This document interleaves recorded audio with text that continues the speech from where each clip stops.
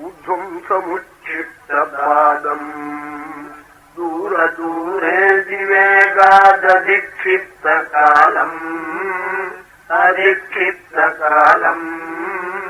भक्तावनायात्तशूलम् दीनपालम् दयालुम् कपालम्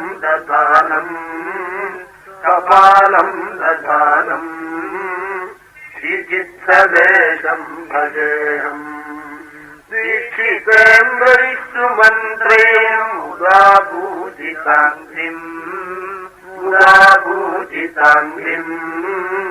श्रीचित्सदेशम् भजेऽहम् फाले ज्वलध्वह्निनेत्रम् व्याघ्रपादायि सन्न्यस्तबिल्वाधिपत्रम्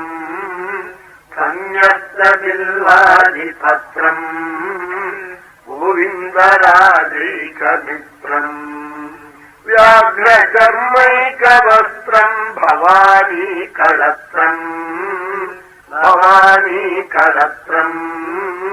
श्रीचित्सदेशम् भजेऽहम् नेत्राग्निसन्दग्धमानम् पादमूलेन चाक्रान्तदुष्टाभस्मारम् कण्ठेन तत्सर्पहारम् वेदसारम् विरागम् जटाजूटभारम्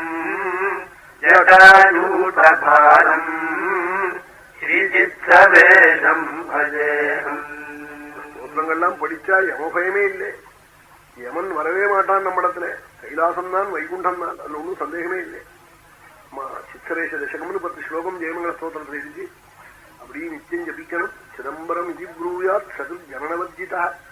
சிதம்பரம்னு சொன்னா பிறப்பு இல்லையா?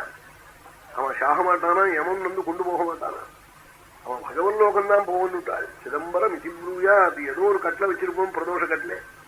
சிதம்பரத்திலிருந்து பிரசாதம் வந்திருக்குன்னு சொல்லுவான். சொன்னா போறோம், சிதம்பரம்னு காதல விழுந்தா போறோம். சிதம்பரம் இது ப்ரூயாத் சது ஜனனவர்ஜிதா. சிதம்பரம், ஸ்ரீரங்கம், குருவாயூர் இந்த க்ஷேத்திரங்கள்ல எல்லாம் போய் 1 மாதம் 2 மாதம் 3 மாதம் பஜனம் பண்றது. ஊருக்கு பரப்புறபோது மறுபடியும் எப்போ வந்து பார்ப்போம்ங்கிற அந்த அந்த உருக்கத்தோட தான் நாட்டுக்கு பரப்படுவோம். அப்படித்தான் பரப்பட முடியாது. அந்த க்ஷேத்திரங்கள் அத்தனை சக்தி. ஆகினாலே சித்தரேஷ ஸ்தோத்திரங்கள்லாம் ஜபிக்கணும்.